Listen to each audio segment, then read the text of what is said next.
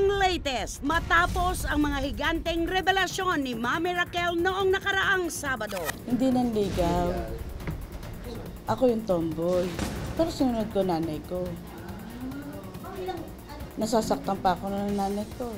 Hindi naman ako sumusuko eh. Naghihintay lang ako. Siguro kasi nung time na yon, lagi akong nagpapakumbaba. Kasunod na inuungkat ngayon ang usaping pampinansyal sa pagitan niya at ng kanyang anak na si Cherise. Base sa mga umiikot na balita, di umano, magpahanggang ngayon ay nakasustento pa rin si Mami Raquel sa kanyang panganay. Pero ang pag-amin ni Mami, Mula nang umalis ako at hindi ako naging PA ni Cherise, hindi na ako humingi. Dahil sinabi niya na rin na gusto niya ng mamuhay ng solo. Gusto ko rin i-clear na hindi ko kagustuhan ang wala ako ngayon sa tabi ng anak ko. Kagustuhan ni Cherise yun. paliwanag pa ni Mami Raquel, may tao umanong nangangasiwa sa kinikita ng international singer. Hindi ko pinakikialaman yun. Mula nang nag-18 siya. May business manager siya dun sa Amerika. Wayne. Hindi na bago ang mga isyong pampinansyal sa showbiz. Sangkot ang ilang mga artista at ang kanilang mga pamilya. At ang pinakamadalas na ugat ng issue, ang pakikialam ng pamilya ng artista sa kanyang kinikita. Gaano nga ba kahalaga ang pagkakaroon ng kalayaan ng isang artista na mapangasiwaan ang kanyang kinikita? Ang latest, punto por punto. So sa palengke, sa bangko, sa talipapa at saan man, Cherise Pempenco pa rin ang pinag-uusapan, ano? Mismo. Yung pag-amin niya sa kanyang sexualidad at may mas malalim palang kwento, yung kwento nga tungkol sa pera, direct. No, ito tatanong ko sa inyo, no? Para lang maklaro natin sa ating audience, no? Obligasyon ba ng isang anak na sustentuhan ang magulang pagdating ng panahon na meron na siyang sariling kabuhayan? Is it an obligation or is that a voluntary thing na ginagawa ng anak para Direct, sa ako magulang una. nila? Ako Jane.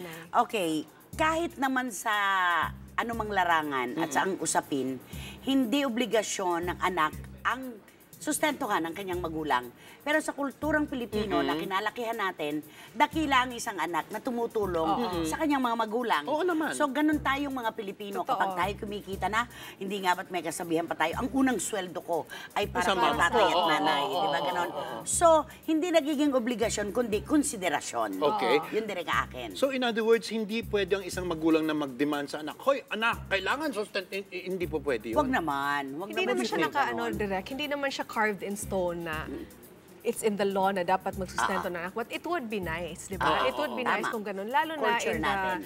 in the Filipino setting na kung sino yung mas nakakaangat, Yun ang tumutulong. parang nagiging automatic na, di ba? And everybody loves that kind of... Ito naman, Congressman, tatawin ko sa iyo, no? Kunyari naman, is it not nice na may pangit bang pakinggan na yung anak ipinamumuka sa tao na tinutulungan niya Yun ang lang kanyang talaga, magulang? direct, ang medyo na-off ako na dapat, pag tumutulong ka, you do it cheerfully, di ba? Kaya raw hindi nagsasalita itong si Mami Raquel tungkol sa mga revelasyon at pinagsasasabi ni Cherise ay dahil mapuputol nga raw ang kanyang sustento. Napakapangit pakinggan. Pangit Hindi maganda sa pakinggan. panlasa. Oo naman. At saka ganun lang ba yung halaga ng relasyon ninyo na Oo, it can go either way kung mapuputol yung sustento? Ang ibabalik naman ng kapwa Pilipino natin dyan, yung 9 na buwan ka na dinala ng Totoo. ina mo. Hindi mo naman kayang bayaran yun kahit pitpitin pa ang mga buto Totoo at na laman mo. Oo naman. But the thing of it is kasi, hindi ba yung children don't have a choice but to be born out of the Yes. out of the moment of pleasure of the parents, hindi ba? At saka sabi nga, hindi tayo nakapamimili ng mga magulang. Feeling ko lang siguro kay Cherise, they're talking from a very pained, they're situation. both in pain ba? The mom's in pain, Cherise is in pain, and it's unfortunate lang na nalaladlad yung laundry nila sa... In public. Tama, in public.